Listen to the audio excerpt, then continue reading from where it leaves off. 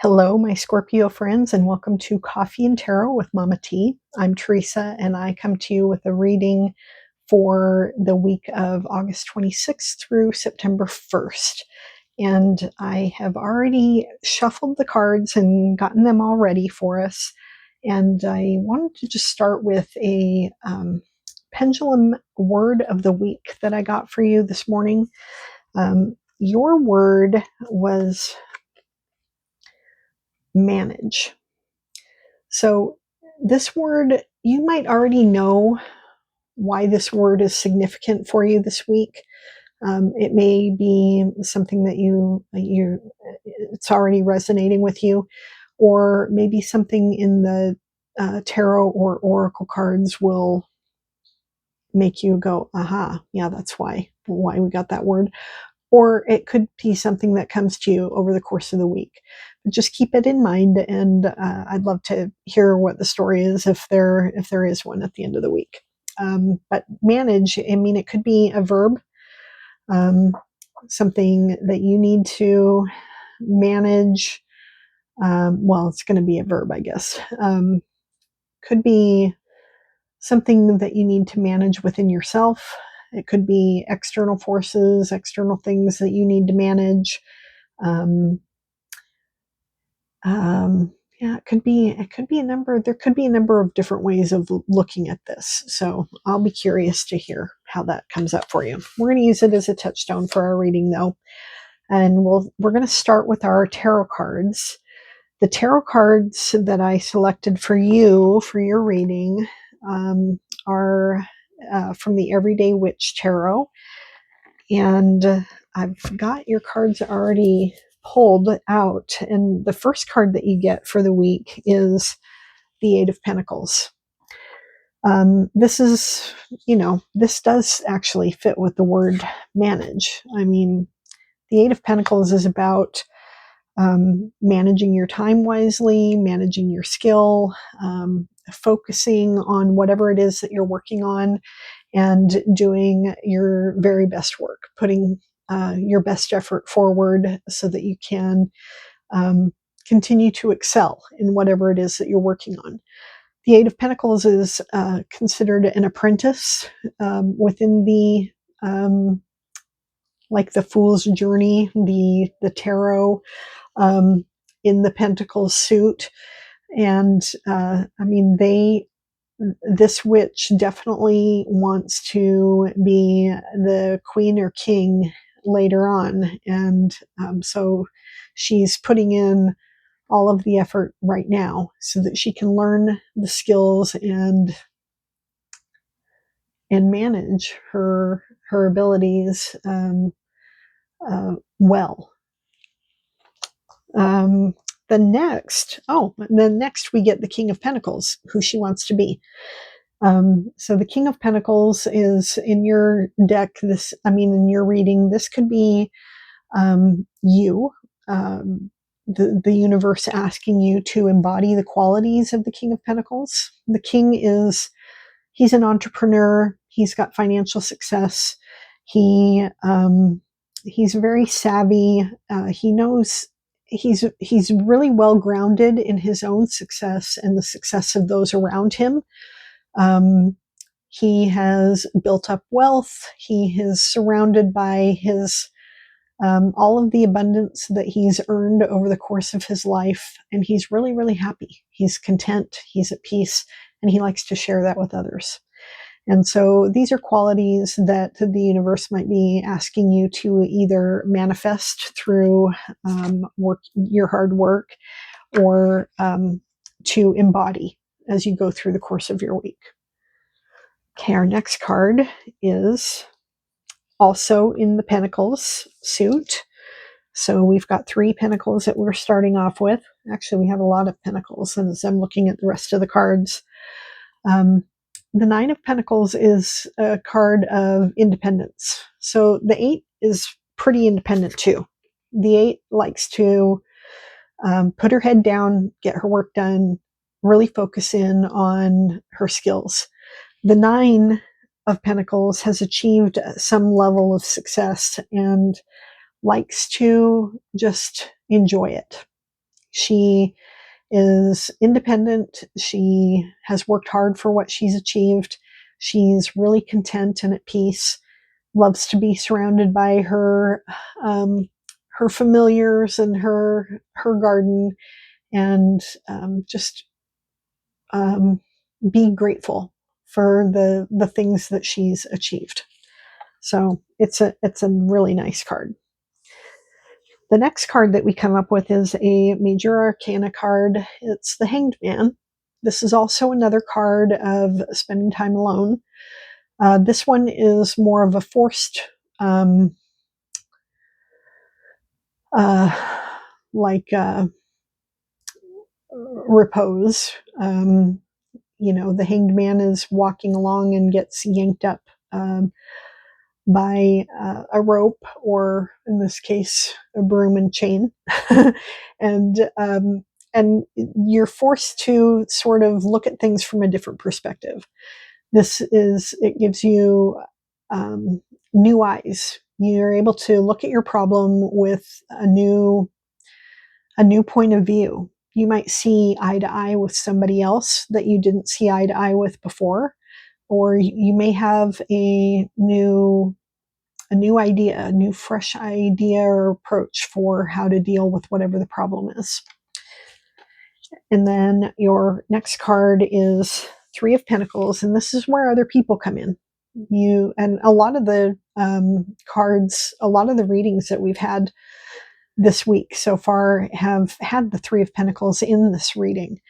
The Three of Pentacles is all about cooperation and working together with other people. It's about seeking expertise from the people who know what they're doing, and or being the expert and helping others along. But it is very much a card of cooperation. It's a successful card. It's a card of growth and expansion and improved capabilities and confidence. But it is all about working with others. In the next card we get into another court card. We get the Knight of Pentacles. The Knight of Pentacles, he's very confident and assured. He wants to be the king someday. He has big plans. He's got initiative. He is not in a big rush, though. He's not. He's been very methodical about collecting all of the resources that he needs in order to, continue to learn his lessons, so he can eventually be like a king. He has gathered everything together with him to go on his journey, and he's just going slow. He's taking it one step at a time. He can be kind of plodding and slow for the people around him, for the taste of the people around him, but he's not missing anything. He's, following his prescribed path. And you end your week with a card that just sort of kind of comes out of thin air. This is an air card. It's Five of Swords. Doesn't seem to really fit with these other cards, but this card is about ambition at all costs. This is like a hollow victory. This witch here, you can see they're doing their spell together, and she winds up with all of the swords. And, that, yay for her, but these witches are obviously not happy about that, and it might not be fair for the whole collective group for her to be walking away with all the marbles or all the swords.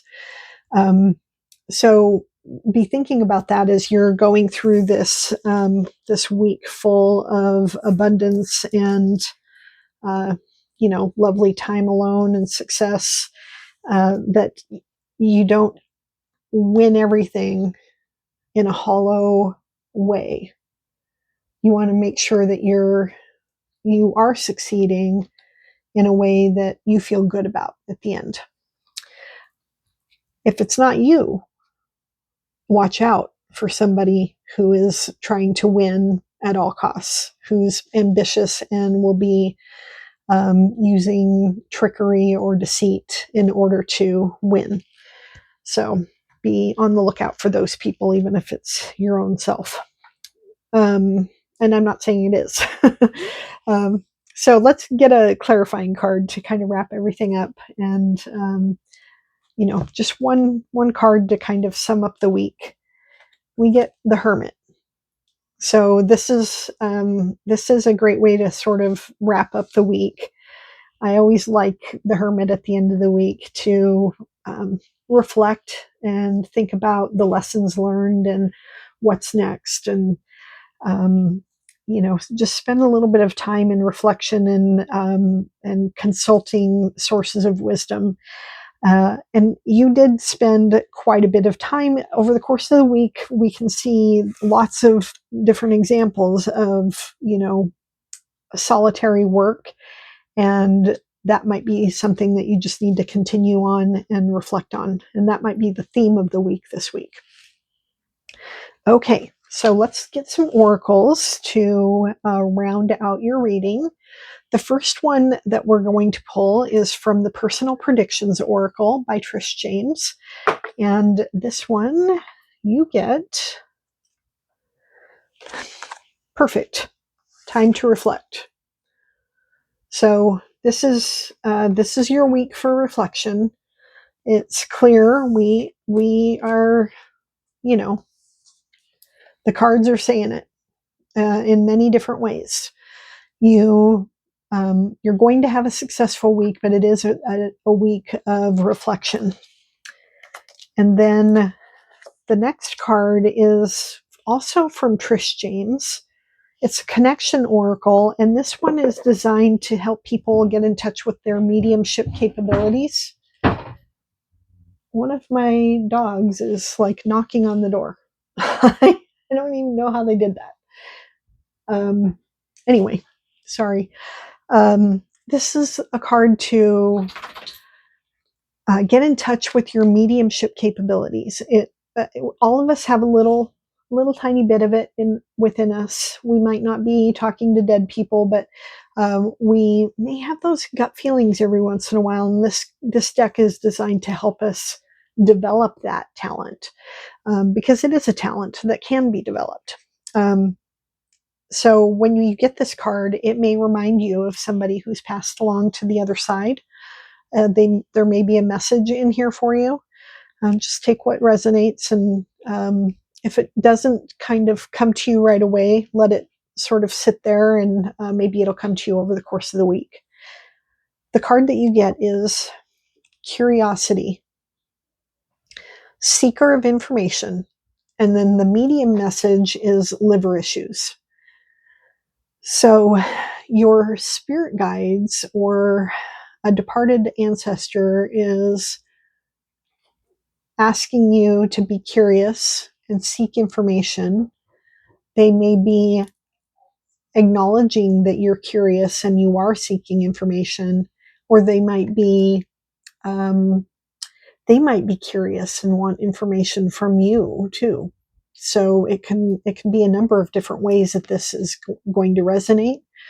And then the liver issues, they could be asking you to pay attention to any kind of liver symptoms that you have, or they could be acknowledging that this is them. If you know that somebody that you're thinking of that passed away, that they died of cirrhosis or something, this is the message to them confirming that that's them.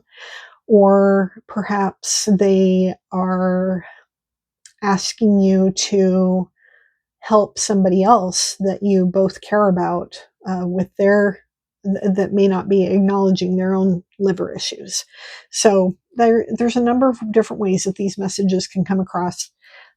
Let it simmer, and maybe it'll resonate for some of you. Okay, the next oracle that we have is from the Oracle of Mythic Heroes, and this is one I would never pick up. It's not at all my style. It's not my style of art.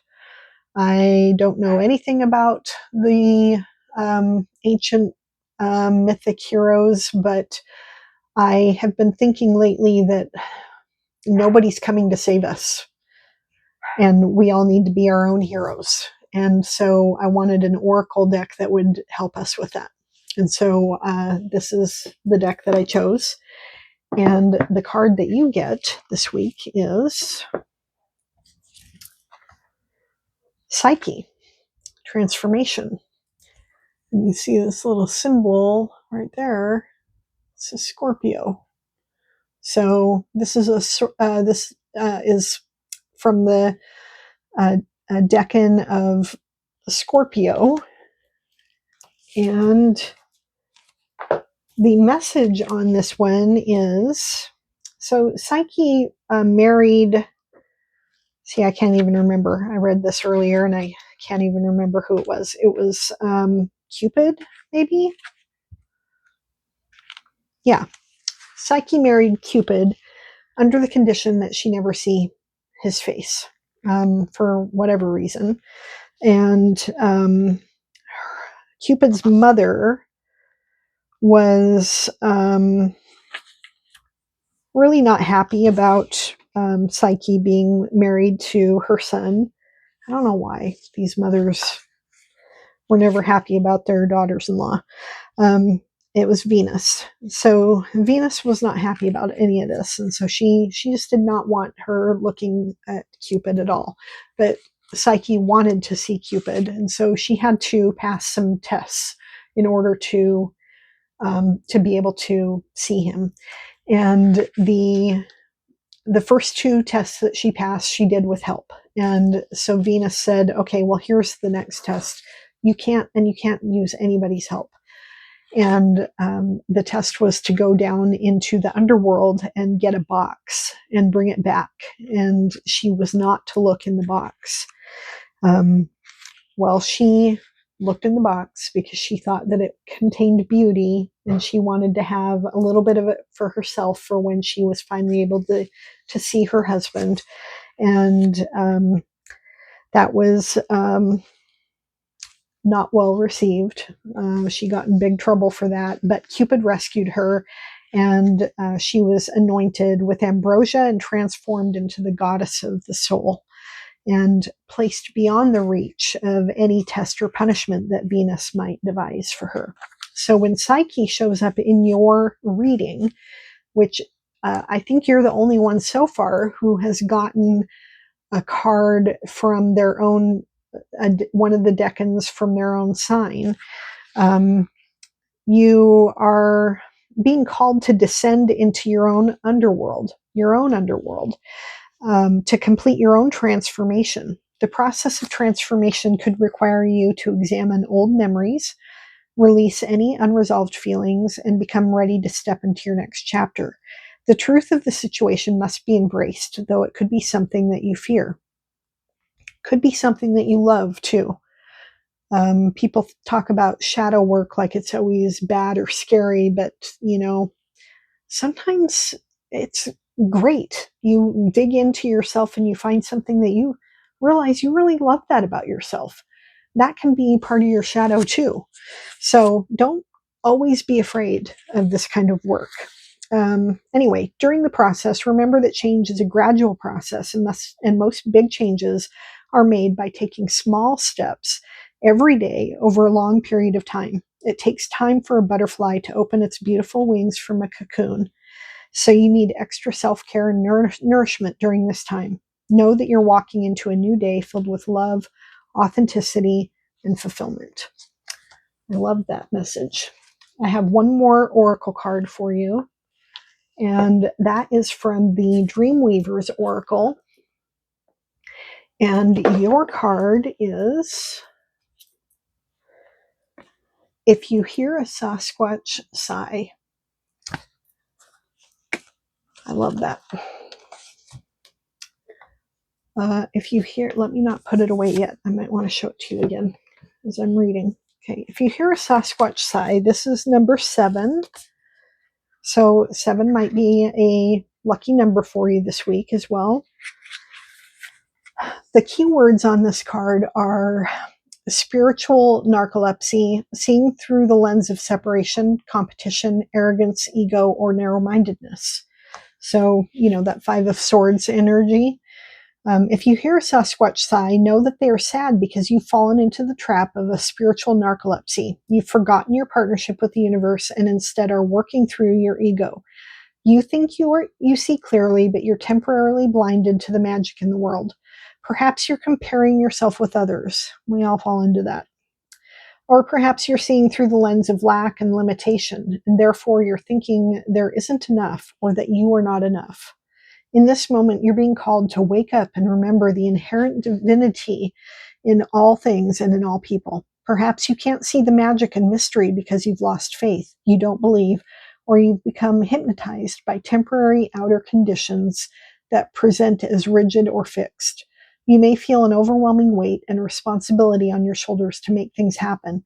Yes, life can truly be hard, unfair, unreliable, exhausting, irrational, and chaotic.